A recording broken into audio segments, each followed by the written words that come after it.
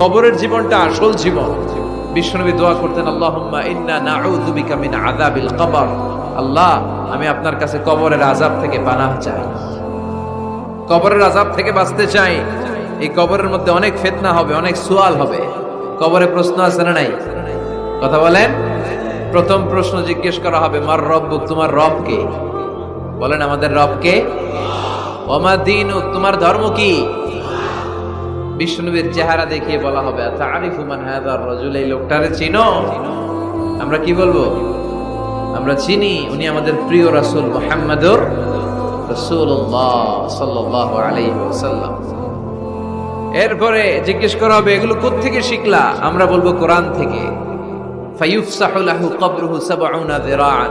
সুন্দর সুন্দর উত্তর করতে পারলে আপনার কবরটারে ৭০ হাত লম্বা করে দেয়া হবে। ইফতাহু লাহু বাবুন ইলাল জান্নাহ, জান্নাতের দিকে একটা দরজা লাগিয়ে দেয়া হবে। ইউলবাসু মিন লিবাসি আহলিল জান্নাহ, জান্নাতীদের পোশাক পরিয়ে দেয়া হবে। জান্নাতের পোশাক কেমন হবে জানেন? রেশমের পোশাক। ওয়া লিবাসুহুম ফিহা হারির, the dress will be in Jannah with fine green silk with the gold embroidery. জান্নাতে যারা থাকবে তাদের পোশাক হবে পাতলা সবুজ রঙের রেশমের কাপড়ের পোশাক, যেটার মধ্যে গোল্ডের, স্বর্ণের ডিজাইন করা, এমব্রয়ডারি করা থাকবে। ওই পোশাক পরিয়ে দেওয়া হবে। আর বলা হবে, নাম কান্নাউমিল আরুস, বাসর রাতে জামাই যেমনি আনন্দে ঘুমায় তুমিও ঘুমাও।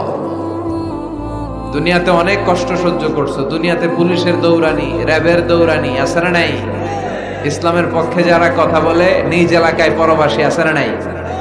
আহা, মামলা হামলা, ঝক্কি ঝামেলা ঝুঁকি একটার পর একটা, তার পিছু ছাড়ে না। সে ঘুমাইতেও পারে নাই, চিল্লায় বলেন ঠিক কিনা?